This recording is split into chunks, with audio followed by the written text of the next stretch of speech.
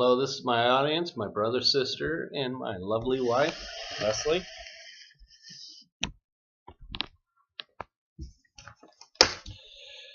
Today, I'm going to do a speech about me.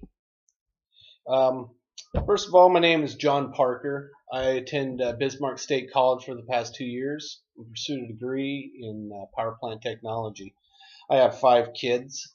My wife, Leslie, you already met her. And I want to be able to answer some questions, 10 questions about me and what makes me me. So let's go. How something works. I've always been interested when it comes into mechanical. So you got, for instance, like an engine. When you're tearing down to an engine, for one part down here is on the way down. Instead of just going straight to the root of the problem, it's how everything works on the way is to make that engine work. And that's where everything comes together. And where my topic here is a watch with because watch, everybody knows what the parts are into a watch, and they're all small and tiny, and so many of them all together. But there's the springs and the cogs, and how they all work in unison, and everything comes together, and it works right on time. And that's one thing that's really always kind of interested me. My weekend activities, I like to bike, beekeep, and go shooting. So first of all, with biking, that's something I've just got into in the past year.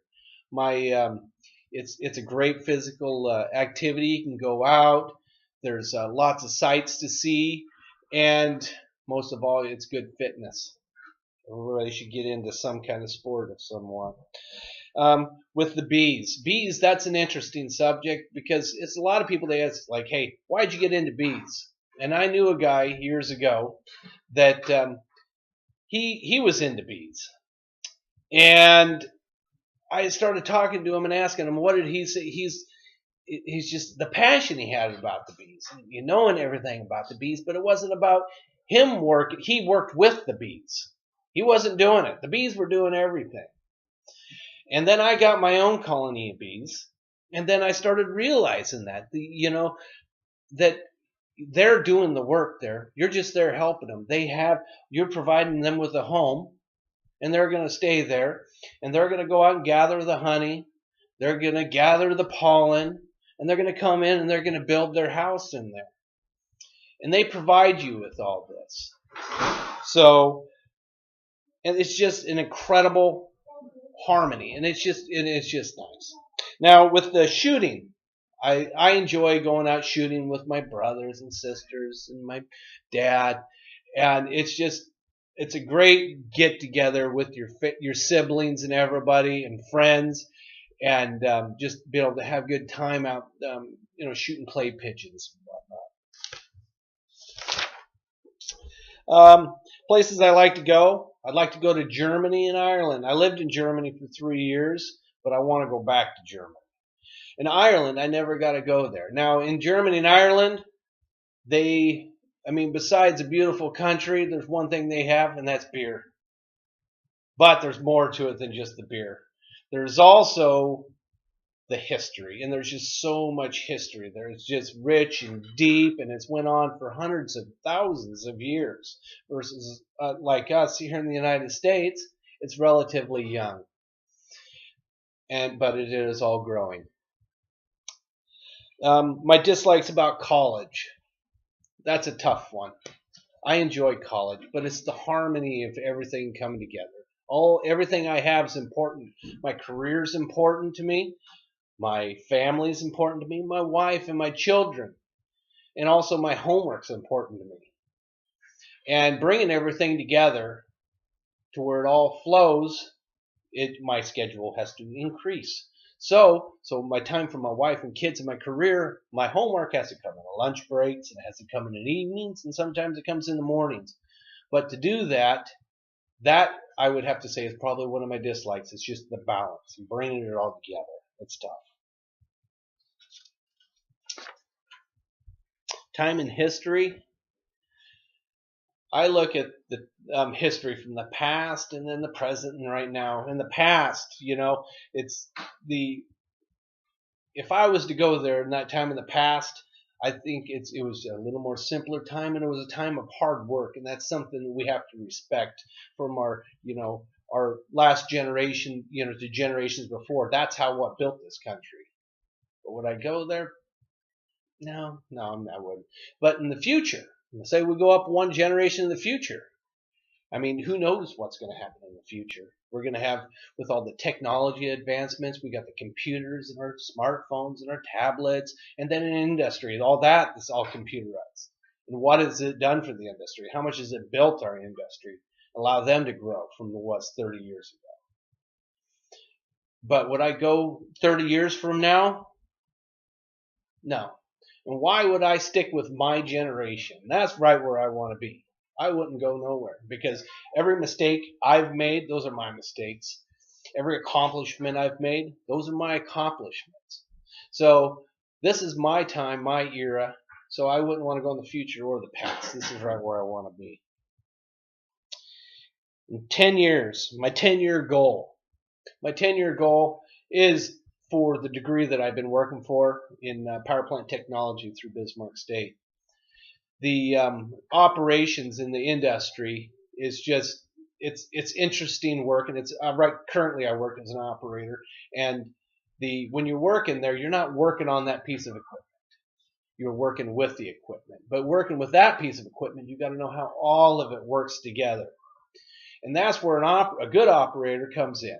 And a good operator, they know how this system is going to affect this system, and then balancing out this systems. And then when things are starting to go, they're still good in on the instrumentation. I know that the errors are coming down, or that something is going on with the system, even though it's not alarming. My $1,000. How would I spend it? This is against my principles. I try to keep my money, but if I did have to spend it instead of saving it, I would spend it, and I do, on my family. As far as my wife and my kids being able to take us onto another adventure, whether we're going to the coast or we're going on a trip someplace, and those are times that it's kind of nice to be able to kind of drop some of our technology that we have and we use, and spend a little more time focusing on the family, and that is more important than anything. That's what it's all about. That's why we go to work and everything every day. It's for our wife and kids or husbands. Skill that I'm most proud of. My skill I'm most proud of is my patience to come into a job or whatever the task that I'm at. When I come in with a group of people, I like everybody's input. When it comes to just me, I take my time going in there, because I'd rather do it right once instead of twice or 3 times. And sometimes it doesn't always even work out like that, especially when you're working on equipment. I'd like to share a quick little story. My son, back when he was 5 years old, we were working out in the shop together, and he was helping me, and I got something out there, and I just got all upset, just furious. And my son came up to me, and he gave me the exact same advice that I give his sisters and everybody else at work. He looked up to me and he said, "Dad, calm down. It'll be all right." And that was a humbling moment right there, to know my son. That's what he listened to me. And he was making the decision. He was giving me that advice. And I totally calmed down. And I realized I just learned something from my son, whether he was 3 foot high, 5 years old. What terrifies me the most, besides mice, is heights. I do not do heights at all. I get up 16 feet in the air. Once I get up, well, I'm on my way to 16 feet, but I get up to about 6 foot, I start getting shaky. And 10 foot, I don't want to go any further, but I got to keep on going.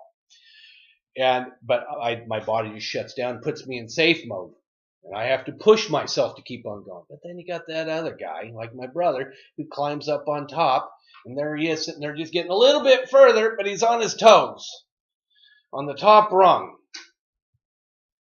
But his body doesn't shut him down. Don't know why, but the heights is just one thing that always gets me. Now, we're going to end this off on a colorful note here. with crayons. My favorite color, and with crayons, there's 96 crayons into the standard box of Crayolas. And why did I pick the color that I did? Now, the color I chose is red, but I wanted to make sure I had the right color red that I was picking. So I took all the crayons out. Now I got to write something down. What's my right shade here? So the best way I figured to do it, and I got thinking about it's if I wrote the word cup, is it going to associate me with because every morning I have a yellow cup that I drink my coffee with, or at least I try to. Am I going to associate my favorite color with that word? So I wrote instead of a word like that, I used the word word. And then I wrote it down, all the different colors, and there's a lot of colors, but my color still came out to red. And that's my favorite color. And I just wanted to share with you exactly how I got to that. Now, I hope everybody enjoyed the 10 facts and questions that are all about me. And I have to say, if for you learning something about me, I as well, just doing this, learned a little something else about me. I questioned myself a little bit more to answer these things. And I wanted to give good answers. And with this, I think this is where we can be a better listener and a speaker by asking yourself questions. Thank you very much and have a good day.